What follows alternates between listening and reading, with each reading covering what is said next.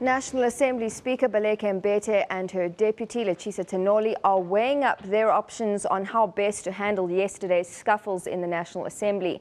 The House descended into chaos on more than one occasion last night as opposition parties vehemently opposed rulings by the presiding officers. At some stage, members of the police's public order policing unit were called into the National Assembly, where they had to forcibly remove an MP from the House. Mbete has expressed disappointment with how events unfolded in the House yesterday. By the very nature of the institution, the question about whether I was disappointed yesterday, absolutely. We were not only disappointed, we were depressed, because how do you come to an institution that must have at the center of it an approach of consensus building? Because this institution is not for only the members who are here. It's about the people who sent the members here. And none of those people are interested in the drama that's happening here. They are not interested in the drama. They are interested in what was supposed to be engaging about. Well, the DA says it will no longer recognize Mbete as Speaker of the National Assembly and want her gone. The Speaker can't come to the House and simply say, well, what happened yesterday is something unbeknown to me. It's something that she must say, something went wrong in the House, and she must take complete responsibility for that issue. And we believe her responsibility here says she must step aside. Meanwhile, the ANC says it supports the police's decision to eject what it has described as rowdy and unruly members of Parliament.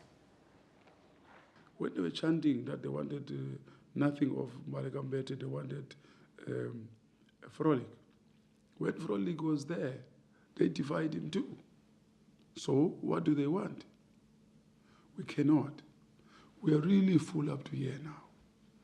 This far, no further. Well, another extraordinary day in Parliament yesterday. For more on this, we cross to our reporter, Lechesa Tsenoli, who's in our parliamentary studios. Lechesa, good afternoon to you. First of all, what's come out of the press briefing this morning in terms of the implications and what happens next? Natasha, good afternoon. The Speaker, as well as her deputy, Lechesa Tsenoli, were basically what they said was that they will weigh up their options as to how to proceed with this matter.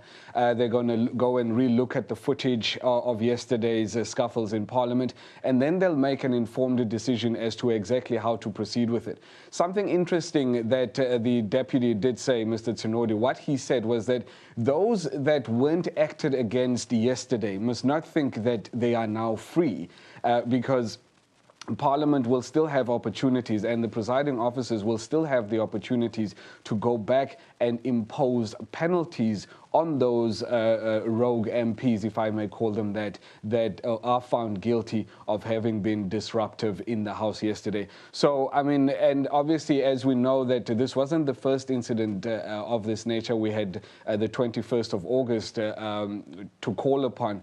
And basically, I asked the Speaker if they'll take that into consideration.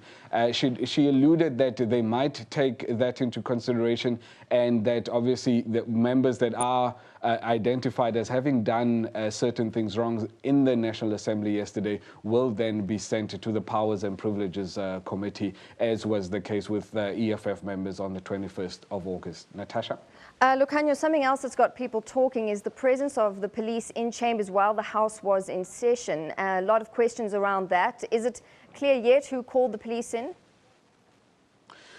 Well, it was very interesting to see how the presiding officers of the National Assembly dealt with that issue. I found them to have been very much evasive. Any question that related to the police, who called the police, why the police were there, what time they were called, the presiding officers basically kind of shifted that to the head of parliamentary security, a lady that goes by the name of Zelda Holtzhausen, and she was essentially then forced to deal with this very top topical issue of the police and how they ended up being in the National Assembly, how they ended up having to forcibly remove a member. We believe it was a member of the EFF. The presiding officers, as I mentioned, I found them to have been quite shady and trying not to answer that question of the police. They said that there's a report that they are expecting to come from the police, and that report will then reveal who exactly called them, why they were called, what they were told they were supposed to come and do once they get into the National Assembly.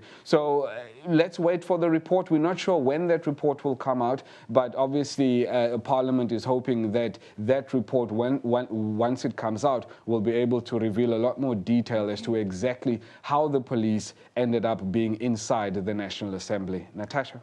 Lekhanyo, thank you very much. We'll leave it there. Our reporter Lekhanyo Kalata live from our Cape Town studios.